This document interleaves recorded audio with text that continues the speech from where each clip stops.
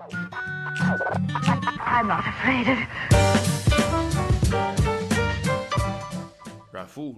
What's up everybody, it's Rifle here and thanks for checking out this video. In this one I'm going to be going over pretty much everything that we know so far with the new Rise of Iron raid, Wrath of the Machine. Alright, so let's get into this. If you guys find this enjoyable, consider leaving a like. It's greatly appreciated, everybody. First off, I just wanted to start this off with, once we get it past the jumping obstacles in the raid and get on top of this place right here, we'll be encountering this massive machine that we'll have to run from. They wanted to add something in a raid where we had to feel like we had to get the hell out of there, we're gonna die. So yeah, I'm not exactly sure if we're going to be fighting this massive machine here or somewhere later on in the raid, or we're just not going to fight it at all and we'll just let it be, just leave it alone. We'll just take care of the other parts of the raid. I'm not sure how it's going to be exactly, but all I know is this thing looks scary. Secondly, to keep in mind, we'll also be going up against a new enemy type in this raid called deceiving. Okay, so something else to get into detail about. The developers were actually asked, will this raid have matchmaking? Will we be able to actually party up with random players, kind of like how the strikes are? And, well, the answer to that was no. Absolutely not. Sit down, enjoy the game, and quit your bitching. I'm just kidding. They responded with no just because they didn't want the raid to be like that. The reason why strikes are matchmaking, they said, is because you really don't need all your teammates there in order to complete the strike. And for the raids, it's different just because typically you do need your teammates there.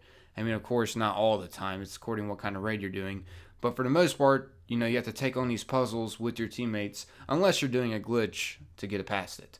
Anyways, yeah, that's the reason why they chose no matchmaking. To be honest with you guys, I find it kind of bullcrap though, just because, well, there's some people out there that really don't have people to play with, and matchmaking would really actually help that person out to have 5 players to play with to take on the raid. And it'll probably make their day because they can actually get into Destiny without having to rely on, people to invite. I know some people just don't like inviting people that they really don't know. I mean, and some of us, not me personally, because, well, I gotten older, and when you get older, your friends kind of grow apart and get into different things. They focus on their career and their life. But some of us, do have 5 friends we're in contact with, and we hang out with, and can be ourselves around, but they're just not as good as we want them to be to take on this raid, because they do other things. They're focused on other things, not just Destiny. And if you're going to go take on a challenging raid, well, you want most of the people to be typically experienced players. You know what I'm saying? So yeah, not everybody is in contact with 5 players, and the matchmaking would really help out the raid system in my opinion. But yeah, getting teammates that suck and completely don't know what they're doing, or just some teammates that join in and are just chilling there, sometimes moving their controller and trying to get you guys to complete the raid and they just get the rewards, would be, yeah, that would suck. And I'm sure there would probably be some kind of way to work around that, but I don't know. At least there's always LFG to work with. Anyways, they also mentioned that this raid is going to be most similar to the Vault of Glass. Like for instance, in the Vault of Glass where you could sometimes see people opening up the vault door in the very beginning, like you could pass people doing the raid. Well, you'll be able to do the same thing with people doing the raid for this new Wrath of the Machine. So yeah, that's pretty cool. And they also made this raid where you'll be able to over level it. Like for instance, in the Vault of Glass, if you're a high light level, you could easily do it. Or the Crota's Inn, for instance. A lot of people are soloing the Crota's Inn after a while because they got, a high enough level.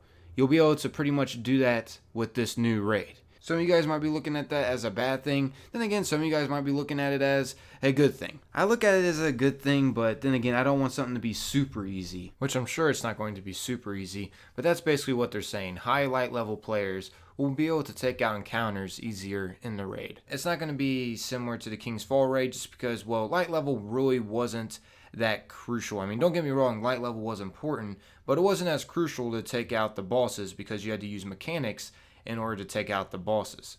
This one isn't going to be as like that. So those of you that did enjoy mechanics in the raid, you're probably going to be a little disappointed with this one, but don't get me wrong, it doesn't mean you're not going to enjoy it. I mean, it's something new, and the majority of us like new things. I'm not trying to tell you guys this is going to suck for you. You should probably go get your money back now.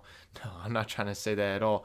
I'm basically just trying to let you guys know what to expect from this new raid. But for instance, the recommended light level to start this raid and the gear that we're going to be getting out of this is still unknown.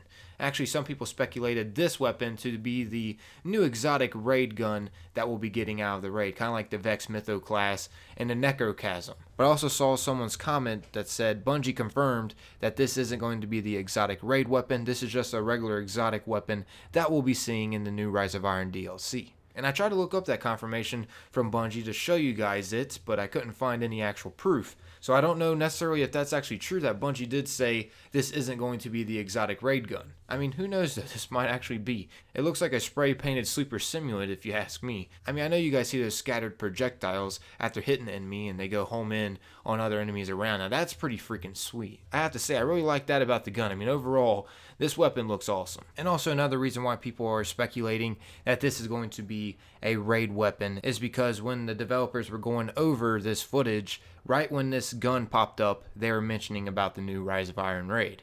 So that's another reason why people are actually speculating this. But I don't know, once again, I don't think this is going to be the exotic raid weapon. That's just my opinion though. Other people are speculating it to be the exotic raid weapon. And as far as the light level go, I heard guesses that we will be able to start this at 360 to 365 lights. But once again, I don't know anything for sure about that information. It's just speculation. But yeah, that's about everything that is known so far with this new Rise of Iron Wrath of the Machine raid. Hope you guys ended up finding this enjoyable. And once again, if you found it enjoyable, it would be greatly appreciated if you take a little bit of your time and leave a like. Especially with how my channel is going right now, every little like makes a huge difference and is definitely greatly appreciated. But yeah, I'm out of here, everybody. Thanks for watching and listening. Peace out. Anyone got a spare like? Anyone got a spare like, please? Needing a spare like.